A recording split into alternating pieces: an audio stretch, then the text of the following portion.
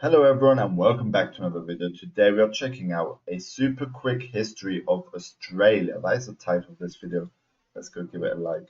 So we've done quite a bit of Australian videos and I thought why not check out the history of it, because we do not know anything about the history of Australia. So let's learn and find out together. If you're new here, welcome. I hope you all enjoy it. Don't forget, like this video, subscribe to the channel. It truly helps me out. Without further ado, let's get on with this video.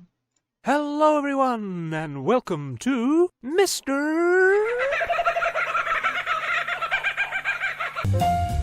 History, let's get it.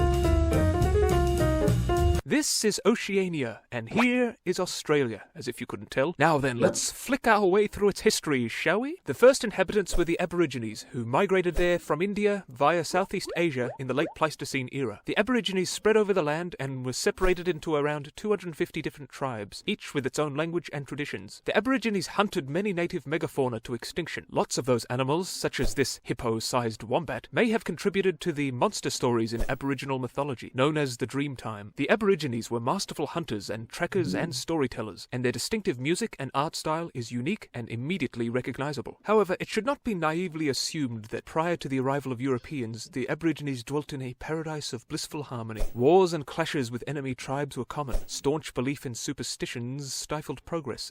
Wow, that sun, bro, is... And being hunter-gatherers, tribes could not sustain large populations, so killing babies and the elderly was lawful and customary. Then, after thousands of years of almost total isolation, these things began poking around Australian shores. Europeans in the 15 and 1600s were energetically exploring the world, and Australia couldn't hide forever. The Portuguese and Spanish sniffed about up here for a while, but they didn't see anything of value in Australia and thus didn't bother settling. The Dutch explored and charted the west coast of what they called New Holland, and Abel Tasman discovered Van Diemen's Land. It was called Tasmania later. Tasman saw nothing profitable there, only poor naked people walking along beaches who were apparently bad-tempered. So no one really bothered with Australia for a long time until the latter half of the 18th century, when the British came to believe that it had potential. This was the basis for the 3 voyages there by Captain James Cook, who explored the east coast and claimed it in 1770 for Britain, naming it New South Wales. Meanwhile, Britain lost its American colonies, and more land was wanted, especially as they could no longer send their convicts to America. So the first fleet set off and arrived at Sydney Harbour and established the first settlement with Arthur Phillip as governor. He was a good man who wanted peace with the natives even after they speared him, but the Aborigines were in no mood to welcome these outsiders. Matthew Flinders circumnavigated the continent and confirmed it was a giant landmass, and gave it its current name, Australia. The Brits then rolled up their sleeves and began establishing separate colonies and towns all over the land, and getting it all going wasn't easy. Disease and hunger and poor, thankless soil and disorderly, uncooperative felons made it a migraine of a sweat and blood-soaked struggle. Explorers like these fellas braved vast and unknown expanses, and more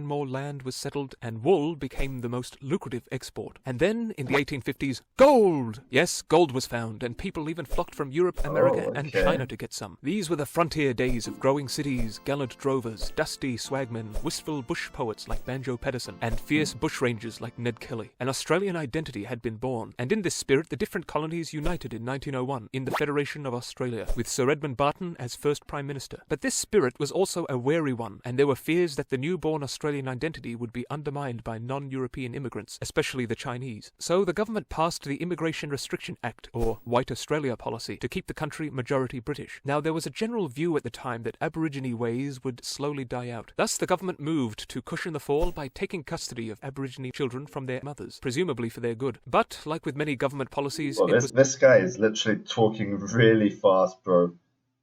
Wow, a catastrophe, and the sorrows of these stolen generations is still felt today. And while we're on the topic of bad government decisions, war! The First World War saw Australia send thousands of its boys to get massacred by the Turks at Gallipoli for no reason. Well, they did get a biscuit named after them. Their sacrifice is remembered every year on Anzac Day. The economy grew under the popular Billy Hughes, and though the Great Depression hit hard, Australia still managed to win cricket matches and build the Harbour Bridge. In World War II, Australians constantly feared a Japanese invasion, and Japan indeed bombed Australia 97 times times and killed many. As Wow, beleaguered okay. Britain couldn't offer any help in the Pacific, John Curtin made an alliance with the United States, and General MacArthur used Australia as an important base. US and Australian forces defeated Japan in the Kokoda Track Campaign in the jungles of Papua, and closer American ties were formed after the war under Ben Chifley. As a result of this, Australia fought in both the Korean and Vietnam Wars, which coincided with mass migration of Southern and Eastern Europeans into Australia. Robert Menzies' leadership oversaw a growing economy, and more change was on the way. The White Australia policy was officially ended by the 1970s, and immigrants from all over, especially Asia, began coming to Australia. Since then, despite hiccups, Australia's economy grew more. Gun control was enforced, various schemes to help Aboriginal communities were implemented, Australians joined the Iraq and Afghanistan wars, and politics became a tiresome game of switcheroo. Wow, literally, Anyway, Australia Australia has a lot of history. is a country that was built not very long ago, but speedily became Ooh, wow. Ooh, look at these buildings they built. some game of switcheroo. Anyway, Australia is a country that was built not very long ago, but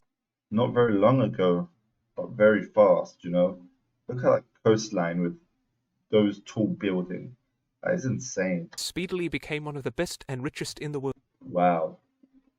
Wow, that is beautiful. Aussies have given the world a lot of science, music, entertainment, and sporting stars. But what does the future hold for Australia? Comment below, but for now, bye-bye. Wow.